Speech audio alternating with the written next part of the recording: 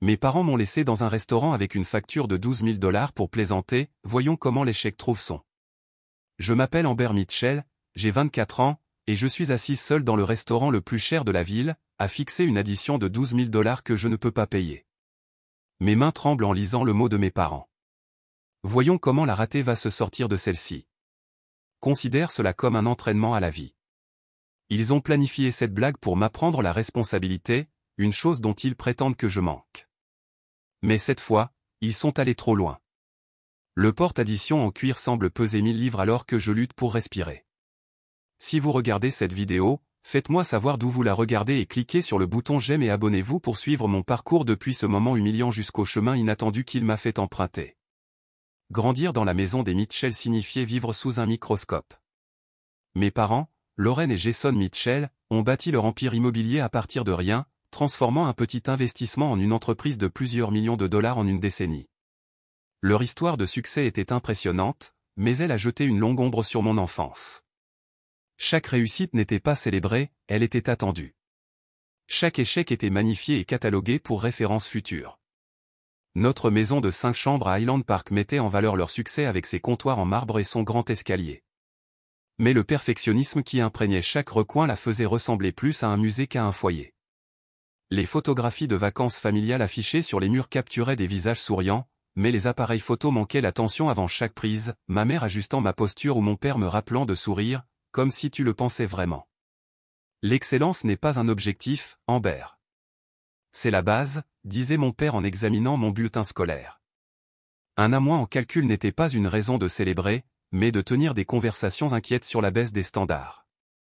Ma mère s'asseyait à côté de lui, hochant la tête en signe d'accord, ses ongles parfaitement manucurés tapotant contre la table de la cuisine. Les leçons ont commencé tôt. Quand j'avais 7 ans, j'ai oublié mes répliques lors d'une pièce de théâtre à l'école.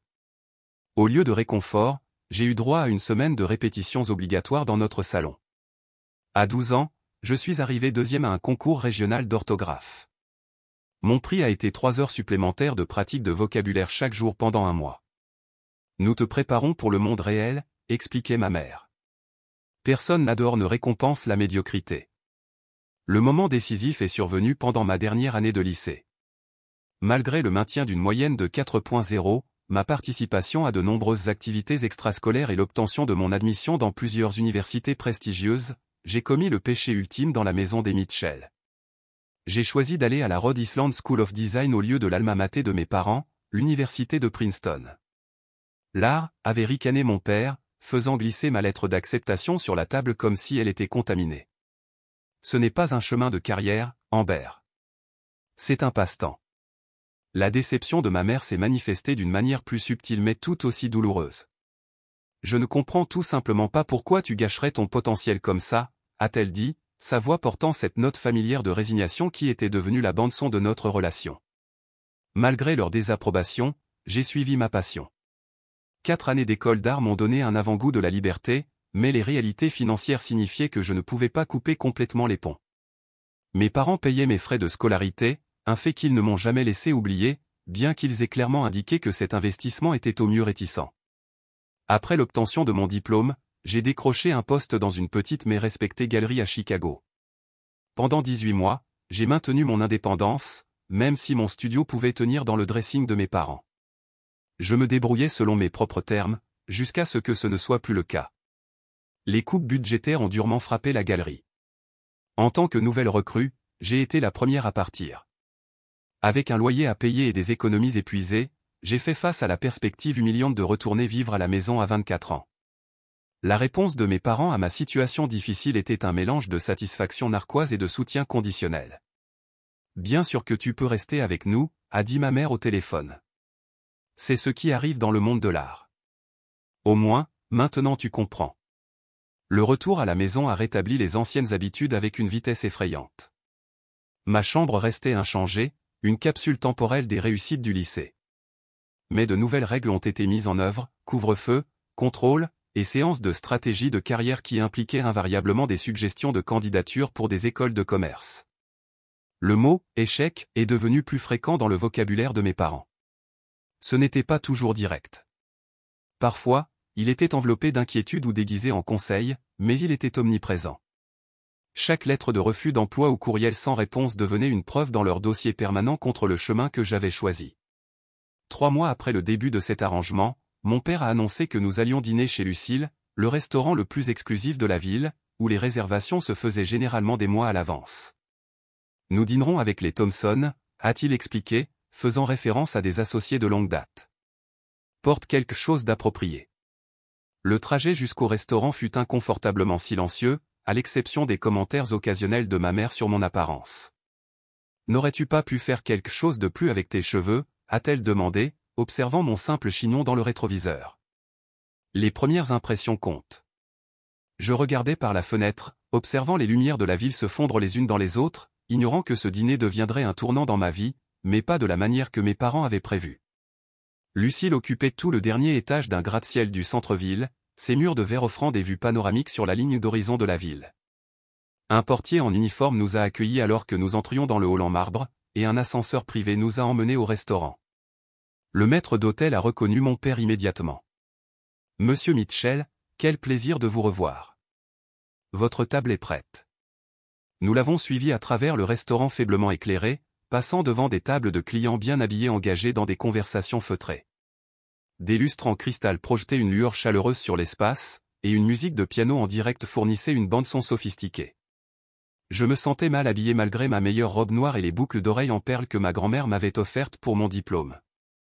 Scott et Heather Thompson étaient déjà assis à notre table. Scott se leva, saluant mon père d'une poignée de main ferme et ma mère d'un baiser sur la joue. Heather offrit un sourire étudié. « Et voici sans doute votre fille, » dit Scott en se tournant vers moi avec des yeux évaluateurs. « Oui, Amber reste avec nous temporairement, » expliqua mon père, insistant juste assez sur le mot « temporairement » pour me faire grimacer. Elle est entre deux opportunités en ce moment. La façon dont il l'a formulé a fait passer ma perte d'emploi pour une année sabbatique plutôt que pour le revers professionnel qu'elle était. J'ai forcé un sourire et tendu la main. « C'est un plaisir de vous rencontrer tous les deux, » ai-je dit, essayant de projeter une confiance que je ne ressentais pas. Amber travaillait dans une galerie d'art, ajouta ma mère alors que nous nous asseyions. Malheureusement, le secteur des arts peut être si volatile. Heather hocha la tête avec sympathie. Ma nièce a traversé une phase similaire. Elle est en faculté de droit maintenant. La conversation passa à autre chose avant que je puisse défendre mon choix de carrière, se déplaçant sur des questions d'affaires et des connaissances mutuelles. Je suis restée silencieuse, étudiant le menu avec une alarme croissante. Les prix étaient astronomiques, des entrées commençant à $80, des plats principaux bien au-delà de la centaine. Un sommelier est apparu à notre table, présentant à mon père une carte des vins reliés en cuir. Après une brève consultation, il a choisi une bouteille de Château Margaux qui coûtait plus que mon loyer mensuel à Chicago. « Nous célébrons ce soir », a annoncé mon père alors que le vin était versé. Scott et moi venons de conclure l'affaire Westridge. Les verres ont été levés pour un toast, et je me suis jointe à eux bien que n'ayant aucune idée de ce que l'affaire Westridge impliquait. Mes parents ne m'avaient jamais incluse dans leurs discussions d'affaires, considérant mon manque d'intérêt pour l'immobilier comme une autre défaillance personnelle. Quand est venu le moment de commander, mon père a agité la main avec dédain vers le menu. « Prends ce que tu veux, Amber. C'est une occasion spéciale. » Les autres ont commandé avec la confiance de personnes qui dînaient régulièrement dans de tels établissements, foie gras, bœuf de Kobe, tout à la truffe. J'ai choisi les options les moins chères que j'ai pu trouver, qui étaient encore ridiculement chères. Pendant l'entrée, j'ai tenté de me joindre à la conversation à plusieurs reprises, pour être subtilement coupé ou redirigé. Quand j'ai mentionné un artiste de premier plan dont la galerie avait présenté le travail, ma mère a rapidement changé de sujet pour parler des récentes vacances des Thompson à Bali. Au moment où le plat principal est arrivé, j'avais renoncé à essayer de participer. Je me suis concentré sur ma nourriture à la place, un bar parfaitement cuit mais modestement portionné qui justifiait d'une manière ou d'une autre son prix de 2 cents. À mi-repas, le téléphone de mon père a sonné. Il a regardé l'écran et a froncé les sourcils. « C'est Jenkins », a-t-il dit à Scott. « Nous devrions prendre cet appel. »« Et moi, je dois me repoudrer le nez », ajouta ma mère en se levant. « Heather, veux-tu te joindre à moi ?» En quelques instants, j'étais seul à table. J'ai regardé ma montre après avoir fini mon bar. 10 minutes passèrent, puis 20. À la marque des 30 minutes, j'ai commencé à m'inquiéter. J'ai envoyé un texto à ma mère. « Tout va bien ? Pas de réponse. À 45 minutes, le serveur s'est approché avec les menus des desserts. Le reste de votre groupe reviendra-t-il bientôt, a-t-il demandé. Je ne suis pas sûr, ai-je admis. Ils ont pris un appel. Il a hoché la tête et s'est retiré, pour revenir quelques minutes plus tard avec un dossier en cuir. En attendant, le monsieur a demandé que je vous apporte ceci. Mon estomac s'est noué en acceptant le dossier. À l'intérieur se trouvait l'addition, une seule feuille de papier avec un nombre qui m'a fait sursauter, 12 459,87 $. En dessous se trouvait une note manuscrite de l'écriture inimitable de mon père. Voyons comment la ratée va se sortir de celle-ci. Considère cela comme un entraînement à la vie. La pièce s'est mise à tourner alors que je fixais la somme à 5 chiffres sur l'addition. Mes poumons semblaient s'effondrer, chaque respiration devenant plus courte que la précédente. Cela ne pouvait pas arriver. Même pour mes parents, ce niveau de cruauté semblait inimaginable. Mes doigts tremblants ont cherché mon téléphone, affichant le contact de mon père. L'appel est allé directement sur la messagerie vocale. J'ai ensuite essayé ma mère. Même résultat.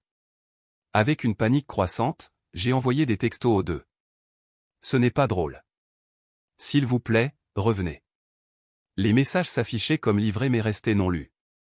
Après plusieurs autres tentatives, j'ai découvert que les deux numéros m'avaient bloqué. Ce n'était pas une leçon momentanée. Ils avaient planifié cette humiliation méticuleusement. Le serveur est revenu, planant avec attente près de la table. Tout va bien, mademoiselle ? Mes parents, ils seront de retour d'une minute à l'autre, ai-je menti, ma voix se brisant. Ils prennent juste un appel important. Il a hoché la tête mais est resté peu convaincu. Bien sûr, prenez votre temps. Alors qu'il s'éloignait, j'ai remarqué que d'autres convives regardaient dans ma direction. La nouvelle de ma situation s'était-elle répandue, ou ma détresse était-elle si visible ? Quoi qu'il en soit, le poids de leur regard a intensifié mon humiliation. Les mains tremblantes, j'ai ouvert mon application bancaire. Mon solde me regardait, 267,43 $. Même pas assez pour couvrir les entrées, et encore moins l'addition entière avec ses vins rares et ses plats chers.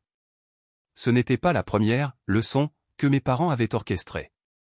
Quand j'avais 16 ans, ils m'avaient déposé au centre commercial sans préavis, prenant mon téléphone et mon portefeuille, me disant de trouver comment rentrer à la maison pour m'apprendre la gestion des ressources. J'avais fini par appeler ma grand-mère depuis le téléphone d'un magasin. Pendant mes études, ils avaient une fois oublié d'envoyer mon paiement de logement pour m'apprendre la responsabilité financière, me forçant à dormir sur le canapé d'un ami jusqu'à ce que je puisse les convaincre de le rétablir. Mais ceci, c'était différent. C'était une humiliation publique conçue pour me briser complètement. Le directeur du restaurant s'est approché de ma table, son expression professionnellement neutre, mais ses yeux évaluateurs. Son badge indiquait « Connor ». « Mademoiselle Mitchell, tout va bien avec votre expérience culinaire ce soir ?» a-t-il demandé, son ton révélant qu'il soupçonnait déjà que quelque chose n'allait pas. J'ai dégluti difficilement. Il semble y avoir un malentendu. Mes parents, ils se sont absentés, mais ils s'occupent de l'addition. L'expression de Connor n'a pas changé. Votre père a appelé le restaurant. Il nous a informé que vous régleriez le compte. Mon cœur a sombré encore plus.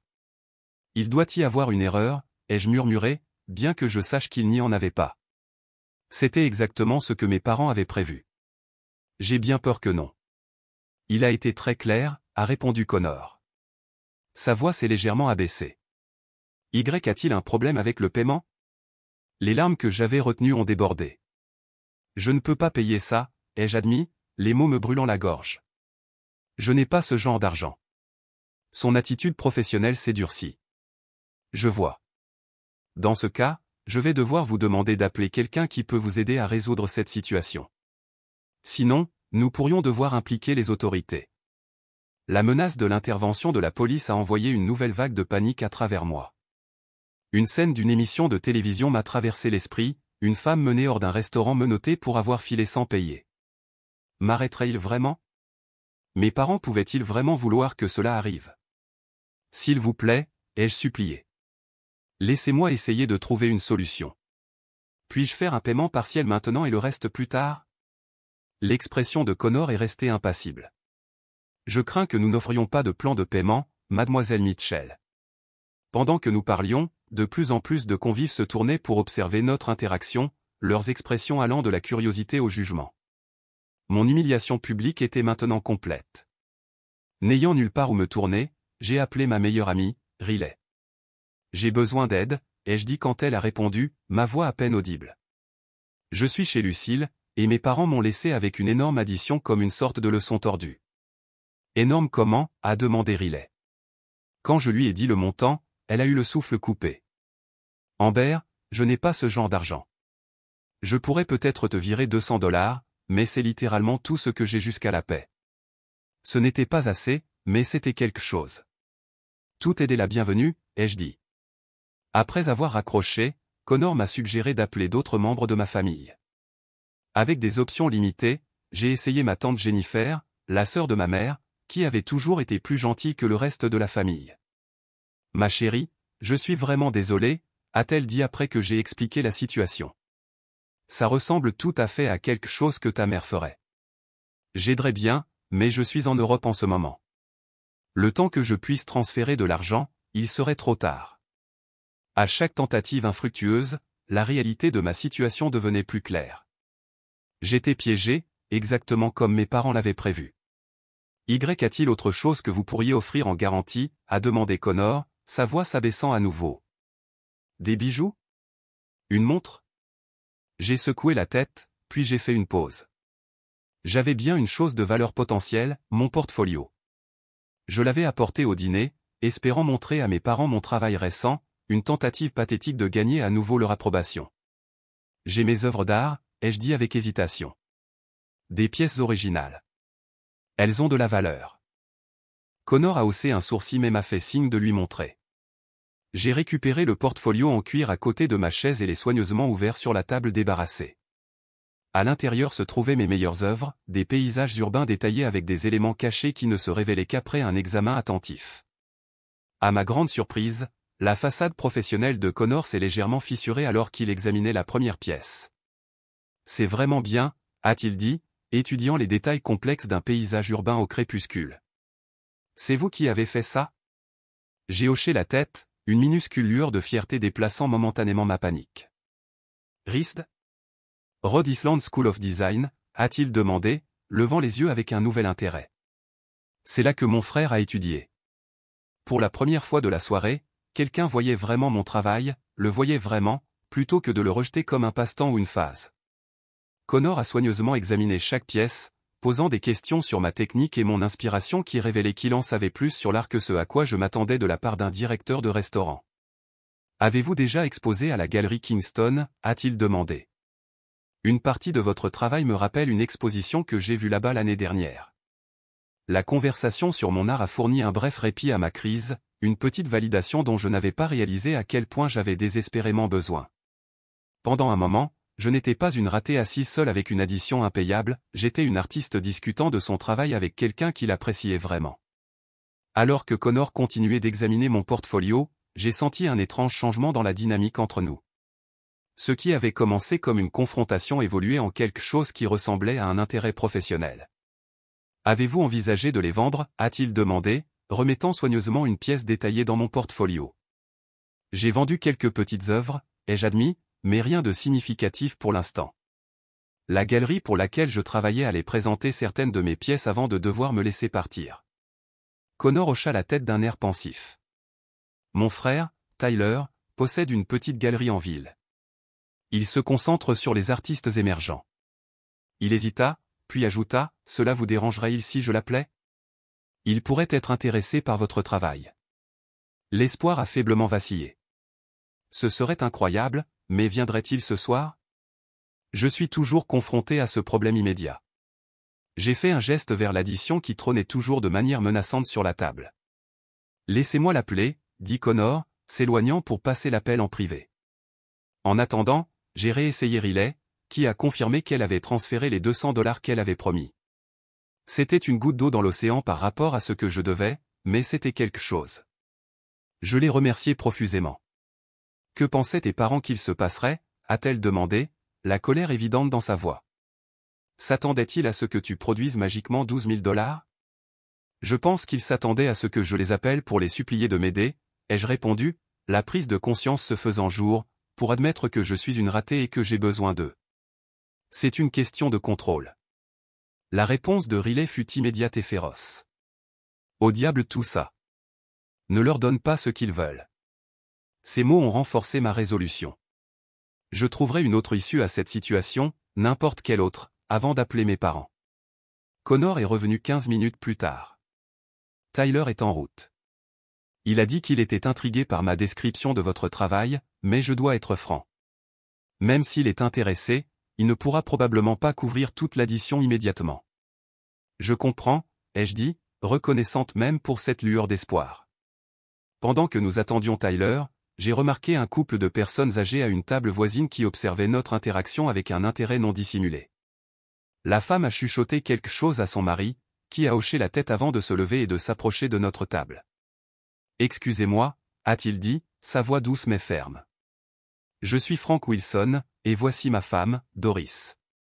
Nous n'avons pas pu nous empêcher d'entendre une partie de votre situation difficile. » L'embarras m'a de nouveau envahi. « Je suis vraiment désolé de déranger votre dîner » ai-je commencé, mais il a balayé mes excuses d'un geste de la main. « Jeune femme, nous venons dans ce restaurant depuis 30 ans, et je n'ai jamais vu une situation aussi honteuse, » a-t-il dit.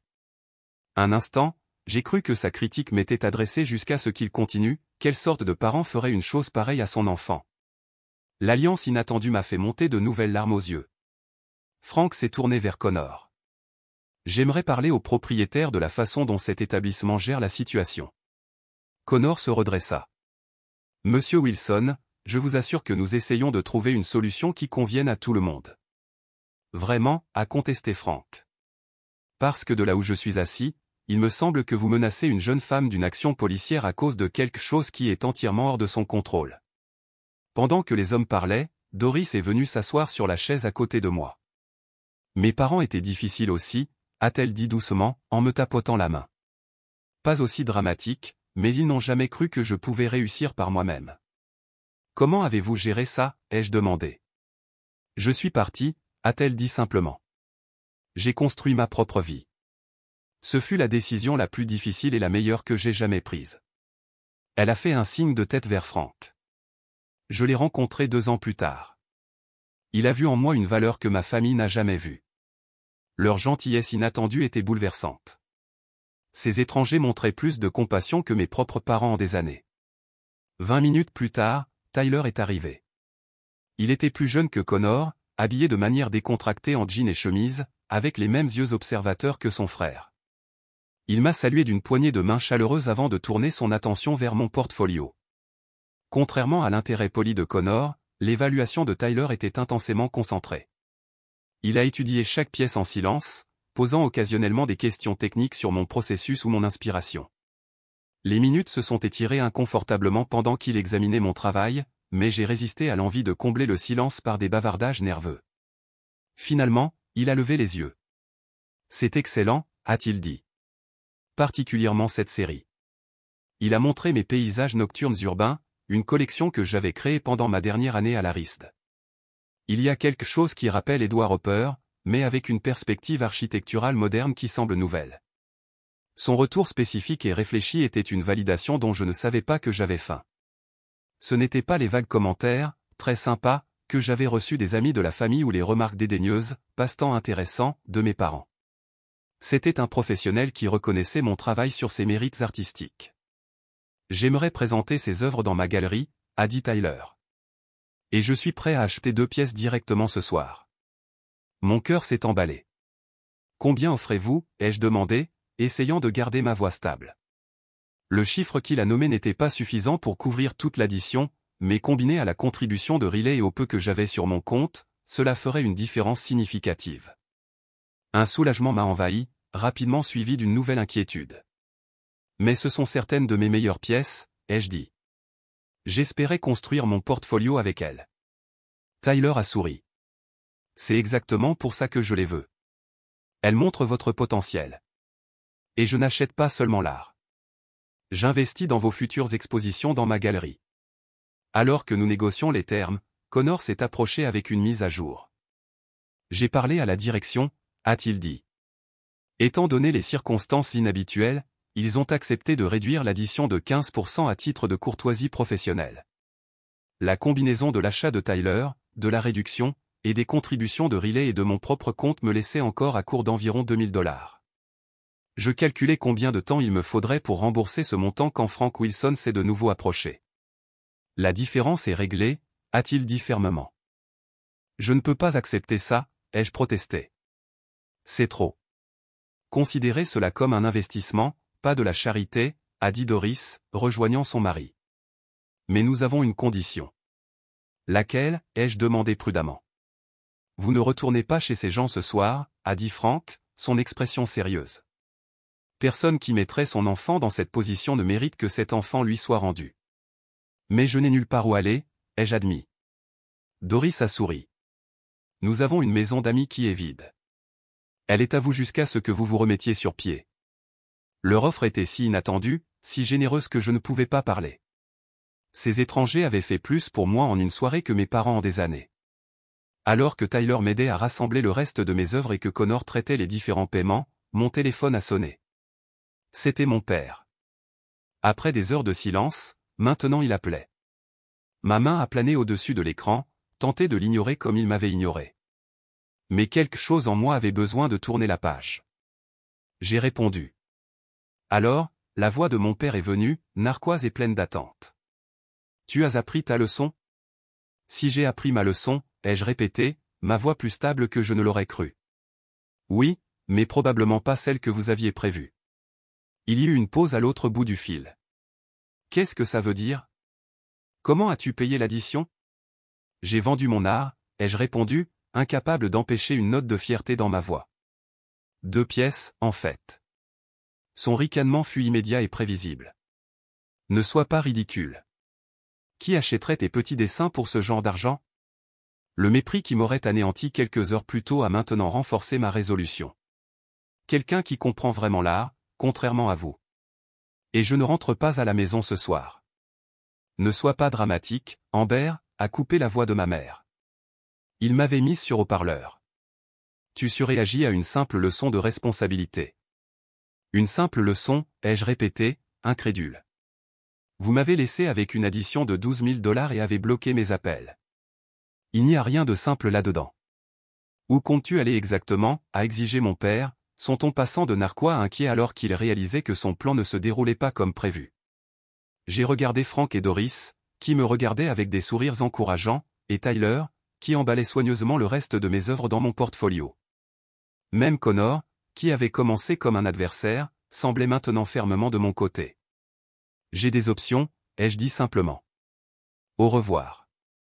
J'ai mis fin à l'appel avant qu'il ne puisse répondre et j'ai éteint complètement mon téléphone. Le simple fait de me déconnecter d'eux m'a semblé enlever un poids que j'avais porté pendant des années.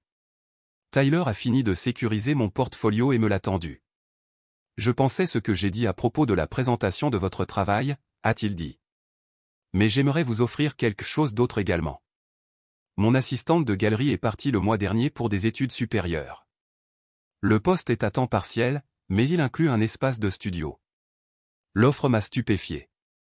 Vous m'offrez un travail? Vous me connaissez à peine. Je connais votre travail, a-t-il rétorqué. Et je reconnais le talent quand je le vois. Pour le reste, nous pourrons nous arranger au fur et à mesure. Alors que nous finalisions les détails de la vente d'art et du potentiel emploi, d'autres convives qui avaient été témoins des événements de la soirée se sont arrêtés à notre table. Une directrice marketing m'a tendu sa carte, mentionnant que son entreprise commandait parfois des œuvres d'art originales pour ses clients. Un professeur d'art à la retraite a loué la technique de ma série, Paysage urbain, et m'a demandé si je proposais des ateliers. Ce qui avait commencé comme l'une des expériences les plus humiliantes de ma vie se transformait en un événement de réseautage inattendu. La nature très publique de la leçon de mes parents avait créé un public pour mon art et mon histoire. Quand tous les paiements ont été traités et que l'addition a finalement été réglée, je me suis retrouvé devant le restaurant avec Frank et Doris, Tyler, et, étonnamment, Connor, qui avait terminé son service. Vous êtes la bienvenue pour rester avec nous aussi longtemps que vous en aurez besoin, a réitéré Doris, me donnant leur adresse et une clé de rechange. La maison d'amis a une entrée séparée, donc vous aurez votre intimité. Je ne peux pas assez vous remercier, ai-je dit, toujours submergé par leur gentillesse. Parfois, La famille est celle que l'on trouve, pas celle dans laquelle on est né, a dit Frank en serrant la main de sa femme. Nous n'avons jamais eu d'enfants, mais nous avons adopté pas mal de chiens errants au fil des ans. Tyler a proposé de me conduire chez mes parents pour récupérer mes affaires. J'attendrai dans la voiture si tu veux, a-t-il dit. Ou je peux entrer pour un soutien moral. Attends simplement dehors, ai-je décidé. C'est quelque chose que je dois faire moi-même. Le trajet jusqu'à Highland Park fut silencieux, me donnant le temps de digérer les événements de la soirée. Mon téléphone, que j'ai rallumé, bourdonnait continuellement de textos et d'appels de mes parents, mais je les ai tous ignorés. Je les affronterai maintenant selon mes propres termes. Quand nous sommes arrivés, j'ai demandé à Tyler d'attendre 30 minutes avant de venir voir si tout allait bien. Si je ne suis pas sorti d'ici là, appelle-moi. Si je ne réponds pas, alors peut-être, inquiète-toi. Il a hoché la tête, comprenant le sérieux sous ma tentative d'humour. La maison était illuminée de toutes ces lumières à mon approche, suggérant que mes parents attendaient anxieusement mon retour. J'ai utilisé ma clé pour ce que je savais être la dernière fois et je suis entré dans le hall. Ma mère est apparue immédiatement, son expression soigneusement composée trahie par la tension autour de ses yeux. Amber, Dieu merci. Nous étions morts d'inquiétude. Vraiment, ai-je demandé, passant devant elle en direction des escaliers. C'est une façon intéressante de montrer son inquiétude. Mon père est sorti de son bureau. Maintenant, écoute bien. Je l'ai interrompu. Non, vous écoutez. Je suis ici pour prendre mes affaires, et puis je pars. Leur choc était évident alors que je montais les escaliers vers ma chambre. Ils ont suivi, leurs protestations et justifications affluant. La leçon était pour mon bien. Je devais apprendre l'autonomie. Ils essayaient juste de m'aider à grandir. J'ai ignoré leur voix pendant que je faisais mes valises, ne prenant que ce qui était vraiment à moi, mes vêtements, mon matériel d'art, quelques livres chéris et la courte pointe que ma grand-mère m'avait faite. J'ai laissé derrière moi la montre chère qu'ils m'avaient offerte pour mon diplôme, les vêtements de marque qu'ils avaient insisté pour que j'aie, tous les attributs de la vie qu'ils avaient choisis pour moi. Quand mes valises ont été faites, je les ai affrontées une dernière fois dans le couloir. Vous vouliez m'apprendre une leçon sur la survie par moi-même. Félicitations. Leçon apprise. Où iras-tu, a demandé ma mère, sa voix plus faible maintenant, réalisant peut-être enfin l'ampleur de ce qu'ils avaient fait. Quelque part où l'on m'apprécie pour qui je suis, et non où l'on me punit pour qui je ne suis pas, ai-je répondu. Le visage de mon père s'est durci. Tu fais une erreur. Sans nous, tu n'as rien. J'ai pensé à Tyler qui attendait dehors avec mon portfolio et une offre d'emploi. À Frank et Doris et leur maison d'amis. À Riley et son amitié indéfectible. À Connor et son soutien inattendu. Vous avez tort, ai-je dit simplement. Sans vous, je me suis enfin trouvé. Je suis sorti par la porte sans regarder en arrière, des larmes coulant sur mon visage non pas de tristesse, mais du soulagement écrasant de m'être enfin libéré. Tyler attendait exactement là où je l'avais laissé, le moteur en marche et la radio jouant doucement. Il n'a pas posé de questions quand j'ai chargé mes sacs dans sa voiture, me faisant juste un signe de tête rassurant alors que j'attachais ma ceinture de sécurité. Prête, a-t-il demandé. J'ai jeté un coup d'œil en arrière à la maison où j'avais grandi, à la porte d'entrée toujours ouverte avec mes parents en silhouette dans la lumière. Plus que prête, ai-je confirmé. La maison d'amis derrière la maison victorienne de Frank et Doris était charmante, une ancienne remise à calèche convertie avec des murs en briques apparentes et de grandes fenêtres qui offriraient une excellente lumière naturelle pour peindre. Ils m'ont fait visiter avec un enthousiasme sincère, me montrant la cuisine entièrement équipée et le petit jardin devant ma porte. Nous l'utilisons principalement pour la famille en visite, a expliqué Doris. Mais personne n'est attendu avant Thanksgiving. C'est trop généreux, ai-je protesté à nouveau. Laissez-moi au moins payer un loyer ou aider sur votre propriété. Frank a balayé mes inquiétudes d'un geste de la main. Nous discuterons des détails plus tard. Ce soir, tu as besoin de repos. Après leur départ, je me suis assise sur le bord du lit inconnu, les événements de la soirée me submergeant par vagues. Mon téléphone continuait de vibrer avec les messages de mes parents, alternant entre des exigences de retour immédiat à la maison et des supplications plus douces pour au moins que je leur fasse savoir que j'étais en sécurité. J'ai envoyé un seul texto, je suis en sécurité, mais j'ai besoin d'espace, avant de mettre en sourdine les notifications de leur numéro. J'ai mal dormi cette première nuit, mes rêves remplis d'additions impayables et de parents qui disparaissaient. Quand le matin est arrivé, je m'attendais à moitié à me réveiller dans ma chambre d'enfant, les événements de la nuit précédente n'étant qu'un cauchemar élaboré. Au lieu de cela, j'ai ouvert les yeux sur la lumière du soleil entrant par des fenêtres inconnues et le son lointain des oiseaux dans le jardin. Ma nouvelle réalité. Tyler avait arrangé que je vienne à sa galerie cet après-midi pour discuter du travail et livrer mes œuvres achetées. J'ai passé la matinée à organiser mes quelques affaires dans la maison d'amis et à créer un budget basé sur le salaire qu'il avait mentionné. Ce serait serré, mais combiné aux futures ventes d'art, cela pourrait fonctionner. Pour la première fois de ma vie d'adulte, je faisais des projets qui n'impliquaient pas l'approbation ou le soutien financier de mes parents. La galerie était plus petite que celle où j'avais travaillé à Chicago, mais magnifiquement organisée avec un mélange d'artistes établis et émergents. Les murs en briques apparentes et les sols en béton poli offraient une toile de fond parfaite pour les œuvres contemporaines exposées. Tyler m'a accueilli chaleureusement, me présentant à son assistante de direction, Maya, avant de me montrer le petit bureau qui serait mon espace de travail et l'espace studio à l'arrière qui venait avec le poste. Ce n'est pas immense, a-t-il dit en désignant le studio, mais il a une bonne lumière et une bonne ventilation pour la peinture.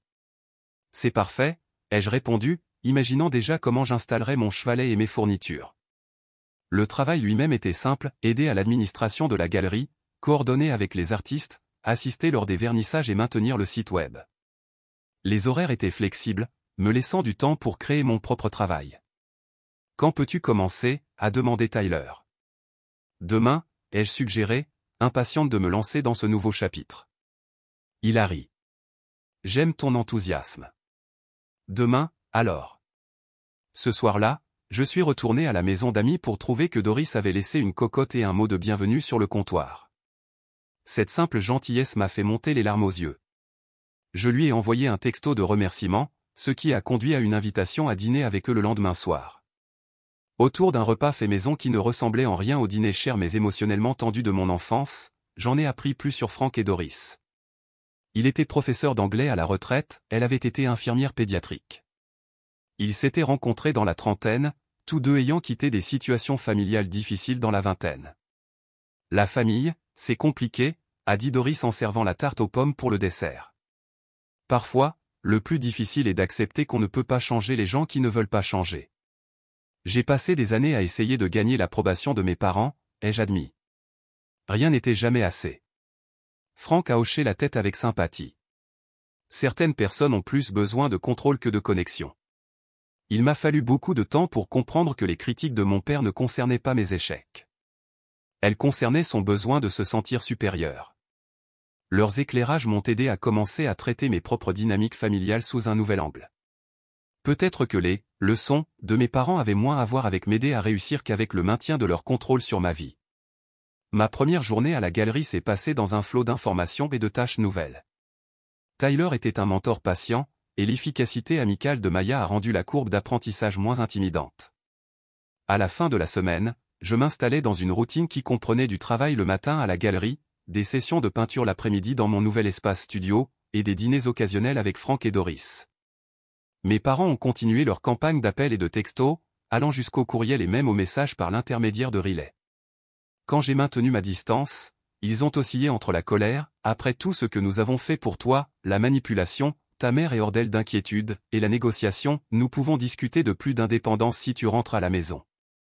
J'ai tenu bon, ne répondant qu'avec de brèves assurances sur ma sécurité et mon bien-être. Chaque jour de distance me donnait plus de clarté sur la toxicité de notre relation.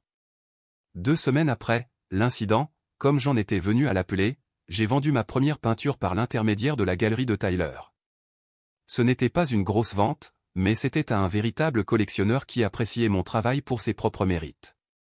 La validation valait bien plus que le montant en dollars. Nous devrions célébrer, a suggéré Tyler en fermant la galerie après la vente.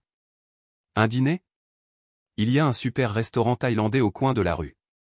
Ce qui avait commencé comme une relation professionnelle évoluait en amitié, peut-être, en quelque chose de plus. Tyler était facile à vivre, vraiment intéressé par mon travail, et d'une franchise rafraîchissante. Notre conversation au dîner a coulé naturellement de l'art au cinéma en passant par les souvenirs d'enfance, en évitant soigneusement mon récent drame familial. Alors que les semaines se transformaient en mois, je me suis établi une nouvelle vie. J'ai trouvé un appartement abordable près de la galerie, bien que je rende encore régulièrement visite à Frank et Doris pour le dîner. Mon travail a commencé à attirer plus d'attention, avec plusieurs pièces vendues à des collectionneurs privés.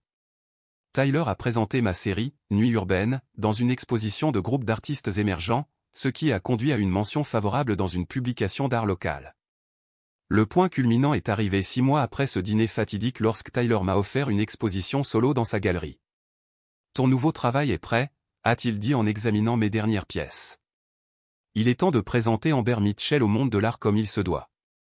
La planification de l'exposition a consumé mes jours et mes nuits pendant des semaines.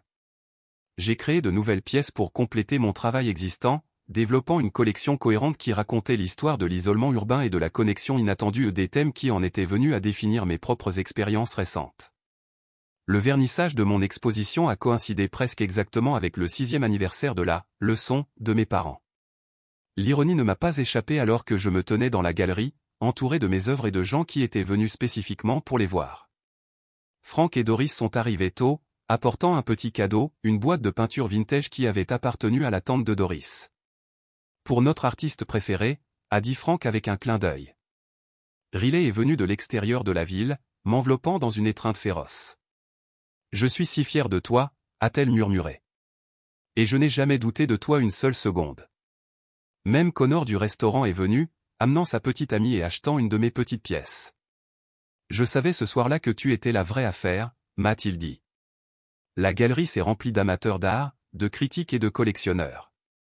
Je me suis déplacé dans la foule, discutant de mon travail et acceptant les félicitations, une coupe de champagne à la main. Tyler est resté proche, son soutien silencieux étant une présence stabilisante alors que je naviguais dans mon premier vernissage d'exposition solo. Pendant une brève accalmie dans les conversations, j'ai remarqué un nouveau couple de participants entrer dans la galerie. Mon champagne a failli glisser de mes doigts lorsque j'ai reconnu mes parents. Ils se tenaient incertains à l'entrée, ma mère serrant son sac à main comme un bouclier, mon père balayant la pièce du regard jusqu'à ce que ses yeux se posent sur moi. Il semblait plus petit, moins intimidant que dans mon souvenir. Tyler a remarqué ma tension soudaine. « Tout va bien ? » « Mes parents sont là, » ai-je dit doucement. Son expression s'est durcie. « Tu veux que je leur demande de partir ?» J'y ai réfléchi un instant, puis j'ai secoué la tête. « Non, je peux gérer ça. » Je me suis approché d'eux à pas mesurés, consciente de combien j'étais différente de la fille désespérée et humiliée qu'ils avaient abandonnée 6 mois plus tôt. Mes cheveux étaient coupés en un carré stylé que je n'aurais jamais osé essayer sous leur toit.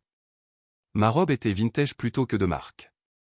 Ma posture était droite, libérée du poids de leurs attentes. « Amber, » a dit ma mère, sa voix se brisant. « Tu as l'air bien. »« Je vais bien, » ai-je répondu, en gardant un ton neutre. « Qu'est-ce que vous faites ici ? » Nous avons vu l'annonce dans le Tribune, a expliqué mon père. Ton exposition. Nous voulions voir. L'ancienne moi aurait été pathétiquement reconnaissante de leur attention, désireuse de prouver ma valeur par leur validation. La nouvelle moi a reconnu cela pour ce que c'était, une tentative de se réaffirmer dans ma vie maintenant que je trouvais le succès. L'exposition dure 3 semaines, ai-je dit. Vous êtes les bienvenus pour regarder. Je me suis retourné pour m'éloigner, mais ma mère m'a attrapé le bras. Amber, s'il te plaît, pouvons-nous parler ? Nous avons été si inquiets. Ce n'est pas le moment, ai-je dit fermement, retirant doucement sa main. C'est ma soirée. L'expression de mon père s'est assombrie d'une désapprobation familière. Après tout ce que nous avons fait pour toi, tu ne peux pas nous accorder 5 minutes. Tout ce que vous avez fait pour moi, ai-je répété, en gardant ma voix basse mais intense. Comme m'abandonner avec une addition de 12 000 $? Comme m'appeler une ratée toute ma vie? Comme traiter ma passion comme un passe-temps et mon indépendance comme une insulte personnelle? Il a eu la décence d'avoir l'air mal à l'aise. Nous essayons de t'apprendre la responsabilité. Non, les jeux corrigés. Vous essayez de me briser pour que je revienne en rampant. Mais au lieu de cela, vous m'avez libéré. J'ai fait un geste vers la galerie autour de nous. Voici qui je suis. Ni votre échec, ni votre projet, juste moi, réussissant selon mes propres termes. Un collectionneur à proximité a attiré mon attention, me faisant signe de venir discuter d'un achat potentiel. J'ai fait un signe de tête polie à mes parents. Appréciez l'exposition ou non. Quoi qu'il en soit, cela se passe sans votre approbation. En m'éloignant, j'ai senti un poids se soulever de mes épaules. Il n'avait plus le pouvoir de définir ma valeur. Quelle que soit la relation que nous pourrions reconstruire à l'avenir, si tant est qu'il y en ait une, ce serait sur un pied d'égalité, non pas comme des parents déçus et une enfant qui échoue. L'exposition fut un succès au-delà de mes espérances. J'ai vendu 15 pièces ce soir-là, y compris ma pièce maîtresse à un important collectionneur local. Tyler n'arrêtait pas de sourire en faisant le total des ventes. Ce n'est que le début, a-t-il promis. Mes parents sont partis sans rien acheter ni me reparler. Je les ai aperçus en train d'étudier mon travail, l'expression de mon père illisible, ma mère s'épongeant les yeux avec un mouchoir. Une partie de moi espérait qu'ils me voyaient enfin, vraiment, à travers mon article. Une autre partie reconnaissait que leur approbation n'était plus nécessaire à mon bonheur. Alors que les derniers invités partaient et que Tyler fermait les portes de la galerie, il s'est tourné vers moi avec un sourire. « Comment te sens-tu d'être une artiste à succès, Amber Mitchell ?» Je lui ai rendu son sourire, pensant au long chemin parcouru depuis cette table de restaurant jusqu'à ce moment. C'est comme rentrer à la maison, me suis-je répondu à moi-même. 6 mois après ma première exposition solo, la vie s'était installée dans un rythme que je n'aurais jamais pu imaginer cette nuit fatidique chez Lucille. Mon travail continuait de gagner en reconnaissance dans les cercles artistiques locaux, avec 3 autres pièces vendues au même collectionneur qui avait acheté ma pièce maîtresse. J'étais passé de temps partiel à temps plein à la galerie de Tyler, équilibrant le travail administratif avec mes propres activités créatives. La maison d'amis derrière la maison de Frank et Doris avait cédé la place à un petit mais charmant appartement au-dessus d'une librairie dans le quartier des Arts. Mon espace était rempli de lumière et de plantes, avec des toiles à divers stades d'achèvement appuyées contre les murs. Pour la première fois de ma vie, j'étais vraiment indépendante, financièrement, émotionnellement et créativement. Ma relation avec Tyler avait également évolué, du professionnel au personnel. Nous avons avancé prudemment au début, tous deux conscients des complications qui pourraient survenir en mélangeant les affaires et le plaisir. Mais notre passion partagée pour l'art et notre connexion authentique ont rendu la transition naturelle. « J'ai quelque chose à te montrer », a dit Tyler un soir alors que nous fermions la galerie. Une surprise. Il m'a conduite vers un mur précédemment vide dans l'espace d'exposition principal où un nouveau panneau avait été installé, prochainement, Réflexion urbaine, nouvelles œuvres d'Amber Mitchell. Une autre exposition solo, ai-je demandé, stupéfaite par l'emplacement de choix et le timing juste un an après ma première exposition. Tu l'as mérité, a-t-il dit simplement. Ta nouvelle série est ton travail le plus fort à ce jour. La validation de mon art, non pas par des parents ou des professeurs mais par quelqu'un qui comprenait vraiment le monde de l'art, me semblait encore surréaliste. Chaque petit succès aidait à reconstruire la confiance que des années de critique parentale avaient érodée. Alors que les préparatifs pour la nouvelle exposition commençaient, un courriel inattendu est arrivé de Zach Forester, un ancien camarade de classe de l'Ariste qui était devenu un critique d'art respecté pour plusieurs publications en ligne. Il était en ville pour évaluer des expositions et avait vu l'annonce de mon prochain spectacle. « J'adorerais qu'on se revoie et que je puisse voir en avant-première ton nouveau travail », a-t-il écrit. Ta dernière exposition a fait pas mal de bruit. Le revoir après presque 3 ans était à la fois étrange et réconfortant. Nous avions été proches à l'université, pas tout à fait en couple mais plus que de simples amis avant que la vie ne nous entraîne dans des directions différentes après l'obtention de notre diplôme. Il a visité la galerie en dehors des heures d'ouverture, et nous avons passé l'après-midi à discuter de ma nouvelle série urbaine et de ses récents projets d'écriture. Ton travail a évolué de façon spectaculaire, a-t-il observé, étudiant une grande toile représentant un paysage urbain détrempé par la pluie au crépuscule. Il y a une confiance dans ces pièces qui est fascinante. Beaucoup de choses ont changé, ai-je admis, lui donnant une version condensée des événements de l'année écoulée. Son expression s'est assombrie alors que je décrivais la leçon de mes parents au restaurant. C'est au-delà d'enseigner une leçon, Amber. C'est de la violence psychologique.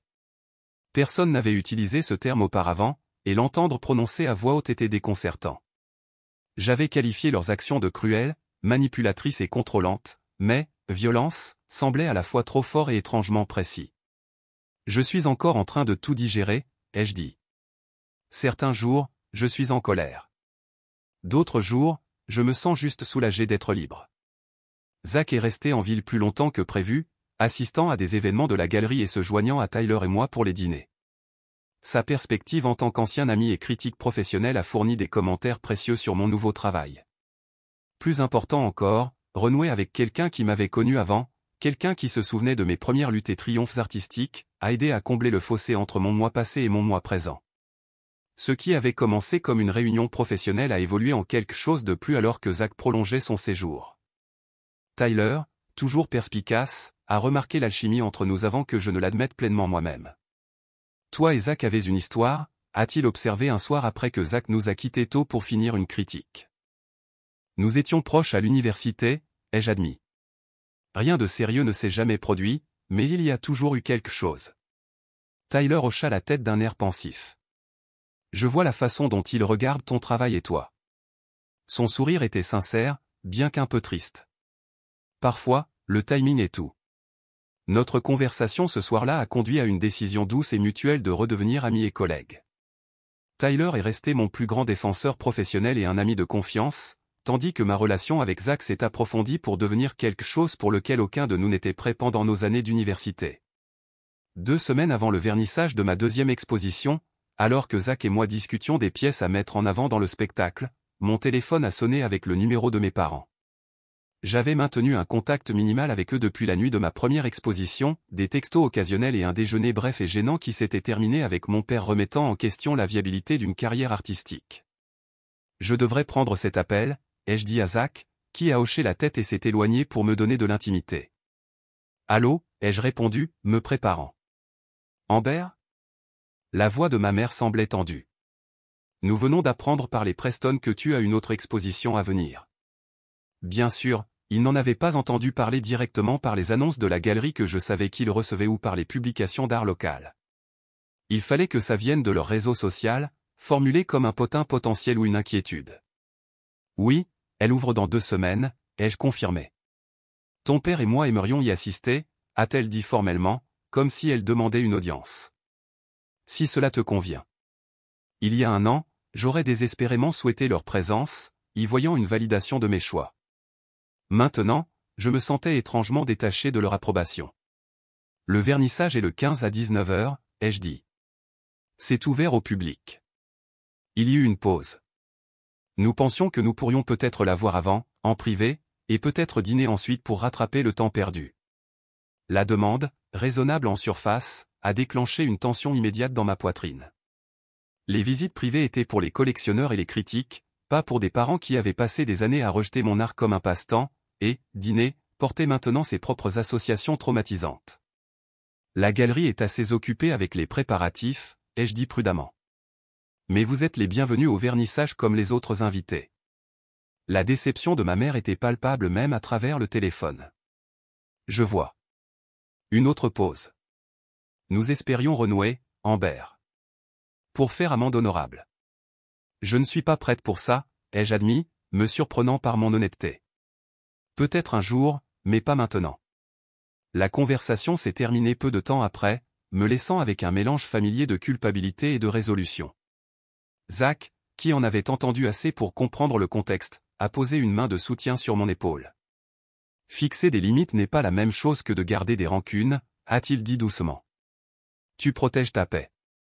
La nuit du vernissage de ma deuxième exposition est arrivée avec l'excitation nerveuse qui, je le soupçonnais, ne s'estomperait jamais, peu importe le nombre d'expositions que j'organiserais. La galerie était transformée par un éclairage stratégique qui mettait en valeur le jeu d'ombre et de reflets de ma série, urbaine. Du jazz doux jouait en fond sonore alors que les premiers participants commençaient à arriver. Franck et Doris sont venus les premiers, comme pour mon exposition précédente, apportant un petit paquet emballé. Juste un jeton, a dit Franck alors que je l'ouvrais pour trouver un stylo plume vintage, pour signer tous les reçus de vente que tu auras ce soir. Riley est arrivé ensuite avec son nouveau petit ami, suivi d'un flot constant de collectionneurs, de critiques et d'amateurs d'art. Zach est resté proche, sa présence à la fois professionnelle, il allait critiquer l'exposition pour Artview, et personnelle. 1 heure après le début de l'événement, alors que je discutais de technique avec un acheteur potentiel, j'ai aperçu mes parents entrer dans la galerie. Ils étaient habillés de manière formelle, ma mère dans une robe de créateur que je reconnaissais de sa collection pour les grandes occasions, mon père dans son costume d'affaires standard. Ils avaient l'air soignés et prospères et complètement déplacés parmi la foule éclectique et artistique. Contrairement à leur entrée timide à mon premier spectacle, ils se sont déplacés dans la galerie avec détermination, examinant chaque pièce méthodiquement. Je me suis excusé de ma conversation et me suis approché d'eux, Zach me suivant à quelques pas. Vous êtes venus, ai-je dit, énonçant l'évidence. Bien sûr, a répondu ma mère, son sourire crispé. Nous ne l'aurions pas manqué. Mon père a fait un geste vers la peinture la plus proche, un paysage urbain complexe vu à travers une fenêtre striée de pluie. C'est assez impressionnant, Amber. Très technique. C'était probablement la chose la plus proche de l'approbation qu'il ait jamais exprimée à propos de mon art, mais cela sonnait creux, une évaluation plutôt qu'une appréciation. Merci, ai-je dit, puis j'ai présenté Zach. Voici Zach Forester. Il est critique d'art pour Artview et d'autres publications. Le comportement de mon père a changé instantanément, sa personnalité d'homme d'affaires prenant le dessus alors qu'il serrait la main de Zach. Forester? Un lien de parenté avec le sénateur Forester du Connecticut? Mon oncle, a confirmé Zach avec un sourire poli. La révélation que je sortais avec quelqu'un ayant des liens avec une famille politique a visiblement élevé ma cote dans l'estime de mon père. Ces questions ultérieures se sont concentrées sur les antécédents et la famille de Zach plutôt que sur son travail ou notre relation. Je me suis excusé pour parler à d'autres invités, laissant Zach naviguer dans l'intérêt soudainement enthousiaste de mes parents. Tout au long de la soirée, je les ai remarqués faire le tour de la salle comme s'il s'agissait de l'une de leurs réceptions d'affaires, se présentant comme « les parents d'Amber » aux collectionneurs et propriétaires de galeries clés. Quand ils se sont de nouveau approchés de moi vers la fin de la soirée, l'expression de mon père avait le calcul familier que je reconnaissais de mon enfance. Il réévaluait ma valeur maintenant que mon art montrait un potentiel commercial et que mon petit ami avait des relations précieuses. « Nous sommes très fiers de ce que tu as accompli », a-t-il dit, son ton suggérant qu'il revendiquait une partie du crédit de mon succès. « Nous avons toujours su que tu avais du potentiel. » Le commentaire qui m'aurait autrefois rempli d'une gratitude pathétique sonnait maintenant creux. « Vraiment, ai-je demandé doucement, parce que je me souviens avoir été appelé une ratée plus que toute autre chose. » Ma mère a tressailli. « Amber, ce n'est pas juste. Nous t'avons poussé parce que nous croyions en toi. » Non, les jeux corrigeaient doucement mais fermement. Vous m'avez poussé parce que vous vouliez que je sois un reflet de votre succès, pas ma propre personne. L'expression de mon père s'est durcie. Après tout ce que nous avons fourni, ton éducation. Je suis reconnaissante des privilèges que j'ai eus, ai-je interrompu, en gardant ma voix calme, mais le soutien matériel ne compense pas l'abandon émotionnel ou l'humiliation publique de sa propre fille pour lui apprendre une leçon. D'autres invités commençaient à remarquer notre conversation tendue. Tyler s'est approché en douceur, le catalogue de l'exposition à la main. Monsieur et Madame Mitchell, avez-vous vu la critique du travail d'Amber? Les critiques ont été extrêmement positives. Son intervention m'a donné un moment pour me ressaisir. Quand mes parents se sont retournés vers moi, j'ai parlé avant qu'ils ne le puissent. Je construis ma propre vie maintenant, ai-je dit. Si vous voulez en faire partie, ce doit être à de nouvelles conditions. Non pas comme les directeurs de ma vie, mais comme des gens qui respectent mes choix et mon travail. La galerie se vidait, le vernissage touchant à sa fin. Tyler a annoncé le dernier appel pour les questions et les achats. Mes parents se tenaient maladroitement, pris entre leur désir de maintenir les apparences et leur frustration face à mes nouvelles limites. Peut-être pourrions-nous déjeuner la semaine prochaine, a suggéré ma mère timidement. Juste pour parler. C'était une petite ouverture, ni des excuses ni une reconnaissance des torts passés, mais c'était quelque chose. Je vérifierai mon emploi du temps, ai-je dit, sans m'engager mais sans refuser. Ils sont partis peu de temps après, achetant une petite pièce de l'exposition E+, je le soupçonnais, pour sauver la face que par réelle appréciation. Leur validation, autrefois si désespérément importante pour moi, semblait maintenant une pensée après coup. Alors que les derniers invités partaient et que le personnel de Tyler commençait à nettoyer, je me suis retrouvé devant ma pièce maîtresse avec Zach à mes côtés. La grande toile représentait une silhouette solitaire s'éloignant d'un bâtiment vivement éclairé vers un paysage urbain plein de possibilités et d'aventures inconnues. Tu sais, a dit Zach pensivement, quand nous étions à l'école, ton travail était techniquement brillant mais prudent. Maintenant, il y a une audace et une honnêteté émotionnelle qui ont transformé ta technique. La douleur est un puissant professeur, ai-je répondu, étudiant la peinture qui avait inconsciemment capturé mon propre parcours. La liberté aussi, a-t-il rétorqué en me prenant la main. L'exposition fut un succès commercial et critique, la plupart des pièces se vendant dès la première semaine. La critique de Zach a souligné l'authenticité émotionnelle et l'évolution technique de mon travail, me positionnant comme une artiste émergente à suivre.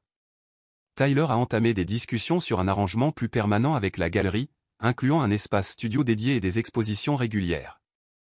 Un mois après le vernissage, j'ai signé le bail de mon premier véritable studio, un loft lumineux dans une ancienne usine reconvertie pour les artistes.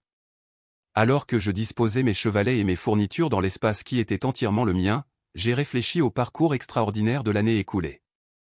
La blague cruelle que mes parents avaient jouée à m'abandonner avec une addition impayable pour m'apprendre une leçon sur l'échec m'avait au contraire enseigné les leçons les plus précieuses de ma vie, que j'étais plus forte que je ne le pensais, que de véritables liens pouvaient se trouver dans des endroits inattendus, et que le vrai succès venait du fait d'être authentiquement moi-même, et non de répondre aux attentes des autres. J'ai ouvert les fenêtres de mon studio, laissant entrer la brise printanière, et j'ai posé une nouvelle toile sur mon chevalet. Dehors, la ville s'étendait dans toute sa beauté complexe. À l'intérieur, j'étais enfin chez moi. Avez-vous déjà vécu une situation où l'action cruelle de quelqu'un a accidentellement conduit à votre plus grande croissance? Ou trouvé une famille dans des endroits inattendus quand la vôtre vous a fait défaut? Partagez vos histoires dans les commentaires, et n'oubliez pas de laisser un j'aime et de vous abonner pour plus de récits sur la manière de surmonter les défis inattendus de la vie. Merci de m'avoir rejoint dans ce parcours de l'abandon à l'émancipation. Rappelez-vous, parfois les pires moments de notre vie deviennent les catalyseurs de nos plus grandes transformations.